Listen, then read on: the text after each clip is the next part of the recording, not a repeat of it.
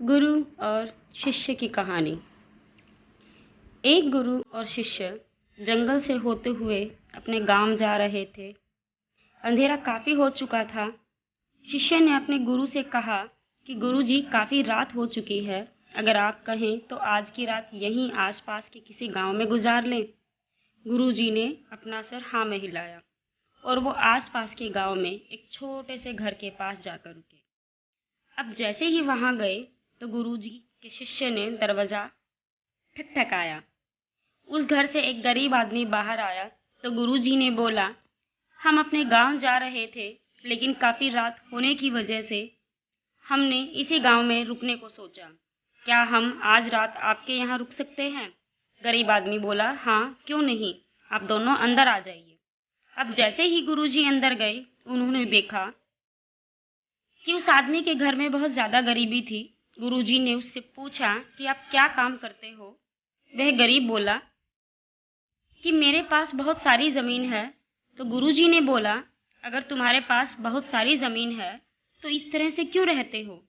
वह आदमी बोला, यह किसी काम की नहीं है। गांव वाले बोलते हैं कि ये बंजर ज़मीन है, यहाँ पर कुछ भी नहीं उगाया जा सकता है और वहाँ फसल उगाना बहुत बड़ी बेवकूफ़ी है।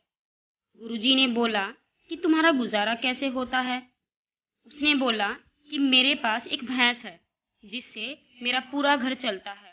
ये सुनने के बाद गुरुजी सो जाते हैं और रात में जब सब लोग सो रहे होते हैं तब गुरुजी अपने शिष्य को उठाते हैं और उस गरीब आदमी की भैंस लेकर अपने गांव चले जाते हैं। शिष्य अपने गुरु से पूछता है कि गुरुजी, कहीं आप ये गलत तो नहीं कर रहे हैं? उस गरीब आदमी की रोजी रोटी किसी भैंस की वजह से तो चलती है। तो गुरुजी अपने शिष्य की तरफ देखते हैं और मुस्कुराते हुए आगे बढ़ जाते हैं। उस बात को तकरीबन 10 साल गुजर जाते हैं। जो गुरु का शिष्य था वह अब बहुत बड़ा गुरु बन चुका था। एक दिन उन्हें उस गरीब आदमी की याद आती है कि मेरे गुरु ने उस आदमी के साथ अच्छा नहीं किया था। मुझे एक बार चलकर देखना चाहिए कि वह आदमी अब किस परिस्थिति में है।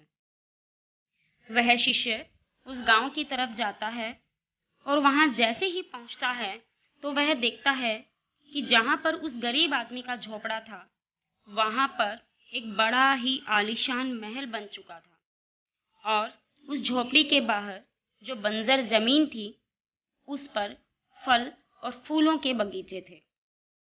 तभी उधर से उस घर का मालिक आता है। शिष्य उसे पहचान लेता है और उस आदमी को बोलता है कि तुमने मुझे पहचाना? मैं अपने गुरुजी के साथ, हम एक रात के लिए आपके यहाँ रुके भी थे। वह आदमी उसे पहचान लेता है और बोलता है कि उस रात में आप कहाँ चले गए थे? उस रात के बाद ही मेरी भैंस कहीं चली गई थी। मेरे पास कोई रास्ता नहीं था तो मैंने अपनी ज़मीन पर मेहनत की और फसल निकल आई और आज मैं इस गांव का सबसे बड़ा और सबसे अमीर आदमी बन चुका हूँ।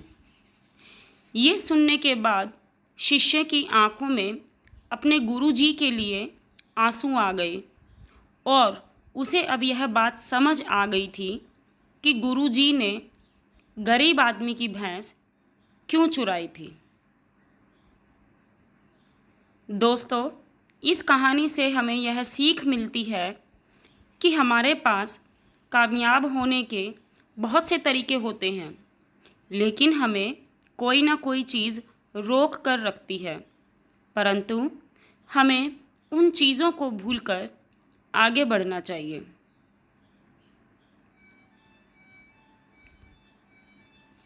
ऐसी ही और कहानियों के लिए मेरे चैनल को लाइक, शेयर और सब्सक्राइब कीजिए। धन्यवाद।